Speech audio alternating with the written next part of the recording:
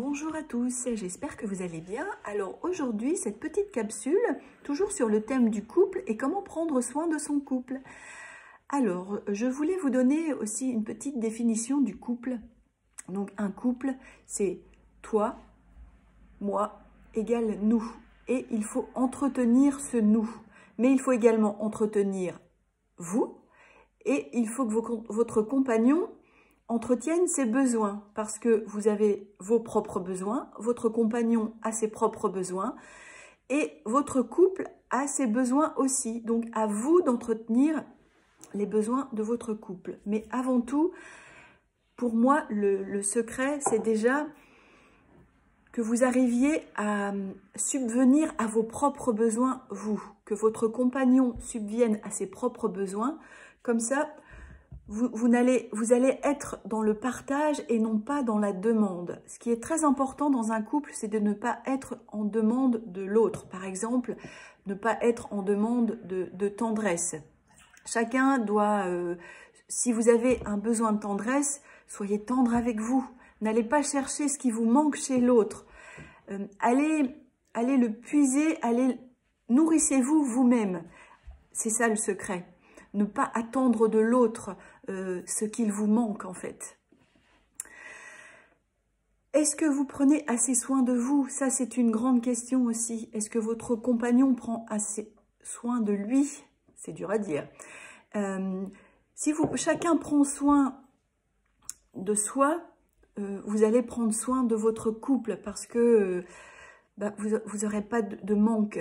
Donc, prenez soin l'un l'autre, bien sûr, mais ne soyez pas dans la demande. Il faut respecter vos besoins, mais aussi respecter son compagnon, et vice-versa, bien sûr, pour que vous puissiez être épanoui. Chacun doit se respecter. À mon sens, c'est l'essentiel, le respect. Si vous n'avez pas de respect envers vous-même, vous n'aurez aucun respect pour votre compagnon. Et s'il n'y a pas de respect, il n'y a pas de relation possible. Donc le respect, c'est vraiment la base d'un couple uni et solide.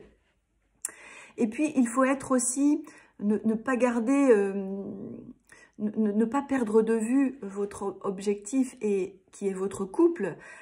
Parce que quand on est en couple, notre objectif, c'est comment faire pour garder son couple à flot, de passer des bons moments, de prendre soin de son couple. Donc, l'astuce, la clé, c'est d'être centré sur votre couple à 100%. Parce que si vous n'êtes pas à 100% centré sur votre couple, où vous mettez l'énergie? Donc, si vous ne mettez pas 100% de votre énergie sur votre couple, là, ça va engendrer des conflits, il va y avoir une baisse de régime et ça va pas être bénéfique pour votre couple. Donc, pensez à être centré sur votre couple. Alors, je ne vous dis pas d'être 100% sur le dos l'un l'autre. Non, non, non, bien sûr, parce que il faut que chacun ait son jardin secret, bien sûr. Chacun ait ses passions à vivre. Mais vivez des passions en commun. Je dis bien des passions en commun, pas la passion de l'un ou la passion de l'autre, comme je l'expliquais dans ma vidéo précédente. Donc ça, pour moi, c'est vraiment très important. Donc, quelques petits pièges à éviter. Donc, les sujets qui fâchent quand vous êtes fatigué. Donc, je ne vous dis pas d'éviter les sujets qui fâchent, mais de les aborder quand vous êtes fatigué ou quand vous êtes énervé, parce que là, vous n'allez pas vous comprendre, vous allez être chacun dans votre bulle sans faire l'effort de vouloir comprendre la vie de l'autre et ça ne va pas avancer, ça va être un débat stérile et le but du jeu, c'est de faire avancer les choses. Donc, parlez des choses qui fâchent, mais quand vous êtes calme et reposé, parce que vous aurez un autre état d'esprit. Deuxième petite astuce, si vous n'arrivez pas à vous maîtriser, vous voulez régler ça tout de suite quand vous êtes fatigué, surtout faites attention aux mots que vous allez employer parce que souvent, vos mots vont dépasser votre pensée et ça va engendrer encore d'autres choses et on va rajouter des choses ça va prendre des proportions gigantesques. Donc faites bien attention aux mots que vous employez et surtout aux gestes aussi que vous avez essayez toujours d'être le plus calme possible et le plus réfléchi possible, parce que sinon, vous vous en sortirez pas. Une des choses essentielles à mon goût, c'est de savoir reconnaître ses torts. C'est vrai que souvent, on a tendance à rejeter la faute sur l'autre, alors que non, il faut prendre ses responsabilités. Si vous vous êtes trompé, ben, dites « excuse-moi, je me suis trompé ». Remballez votre ego, parce que l'ego, là, va venir vous titiller, dire « non, non, non, moi, je ne viendrai pas m'excuser ». Non, excusez-vous si vous avez tort. Parce que sinon, vous allez entretenir de la rancœur et vous vous en sortirez jamais. Et les conflits vont arriver encore et encore. Et ce qui va faire que la relation va s'étioler.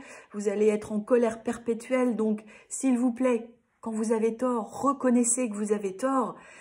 Et ça ira bien mieux. Et puis, une dernière chose, personne n'est parfait. Donc, reconnaissez que... je ne suis pas parfait parce que nous sommes tous des êtres humains parfaitement imparfaits. Donc, quand j'ai tort, je m'excuse et voilà.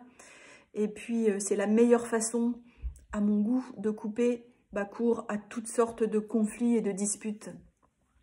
Et puis, une dernière chose qui est essentielle, faites l'amour et pas la guerre. Donc, si ma petite vidéo vous a plu, écoutez, je vous invite à la regarder encore. Et puis, moi, en attendant, je vous envoie plein de love. Et je vous dis à bientôt sur une prochaine capsule qui sera sans doute sur le thème des besoins, parce que c'est vraiment quelque chose d'essentiel à nos vies.